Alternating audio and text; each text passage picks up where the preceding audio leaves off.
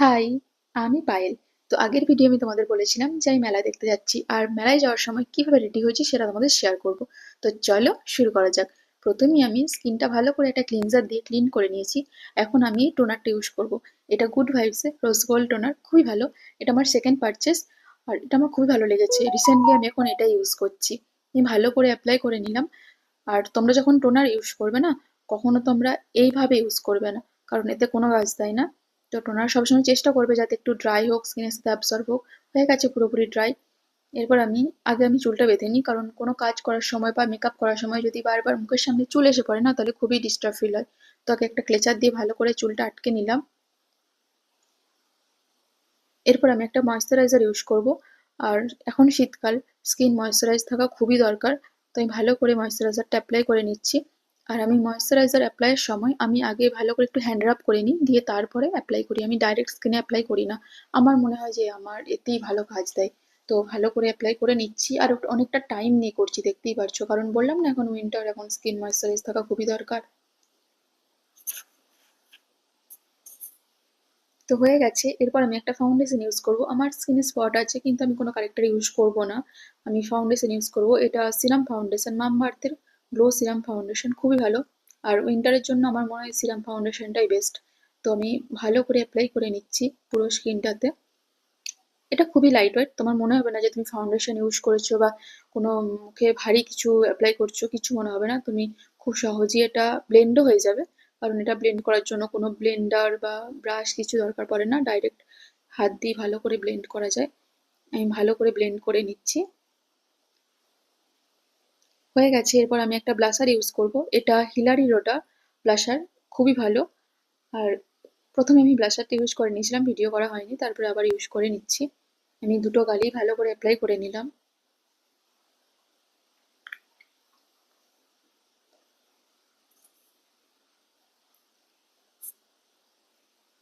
আর আমি যখন blush on করি না, একটু নাকে, কপালে লাগিয়ে নিই, বেশ পিঙ্কি পিঙ্কি লাগে, একটু ভালো লাগে দেখতে।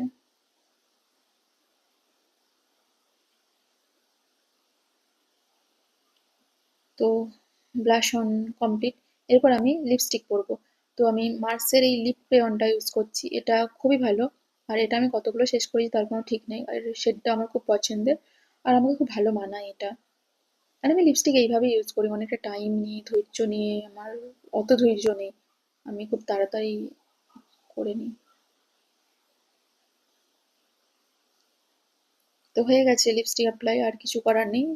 তো এবার আমি ড্রেস পরবো। আমি সোয়েট শার্ট আর জিন্সটাই পরবো, কারণ শীত, ঠান্ডা পড়েছে কিন্তু মেলায় যাবো তো অতটাও ঠান্ডা নেই, তাই এটাই পরছি। তো চলো ড্রেসটা পরে রেডি হওয়া যাক। তো আমি রেডি হয়ে গেছি। এখন চুলটা বেঁধে নিতে হবে। তো তার আগে হেয়ার কম করতে হবে, আমি ভালো করে হেয়ার কম করে নিচ্ছি।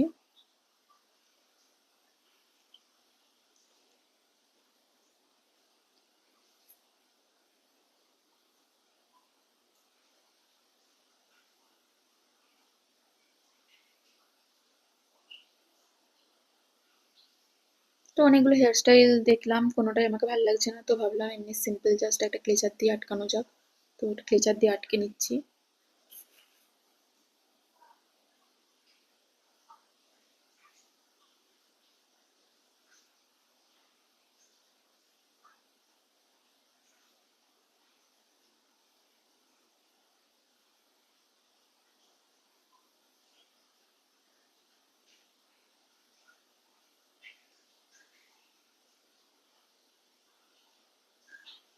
তো আমি রেডি হয়ে গেছি, আর কিছু করার নেই। ও আর একটা কি করার আছে, পারফিউম ইউজ। তো আমি পারফিউম ইউজ করতে প্রচন্ড ভালোবাসি। যারা আমাকে চেনে, যাদের সাথে আমি থাকি, তারা সবাই জানে যে পারফিউম ইউজ করতে আমি কতটা পছন্দ করি। তাই ভালো করে পারফিউমটা ইউজ করে নিচ্ছি। Now I am ready. এখন মেলায় চলে এসেছি। এটা বারুইপুরে হচ্ছে মিলন মেলা। এটা টিকিট কাউন্টার আর ওটা এন্ট্রি গেট। চলো যাওয়া যাক।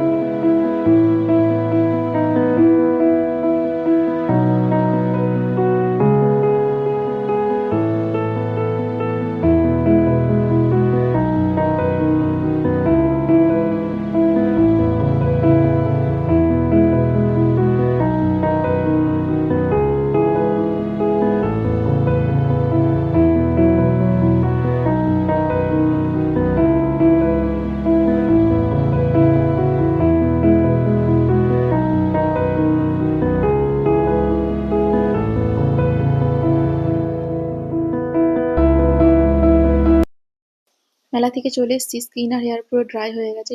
চলো ফ্রেশ হওয়া যাক। টাটা।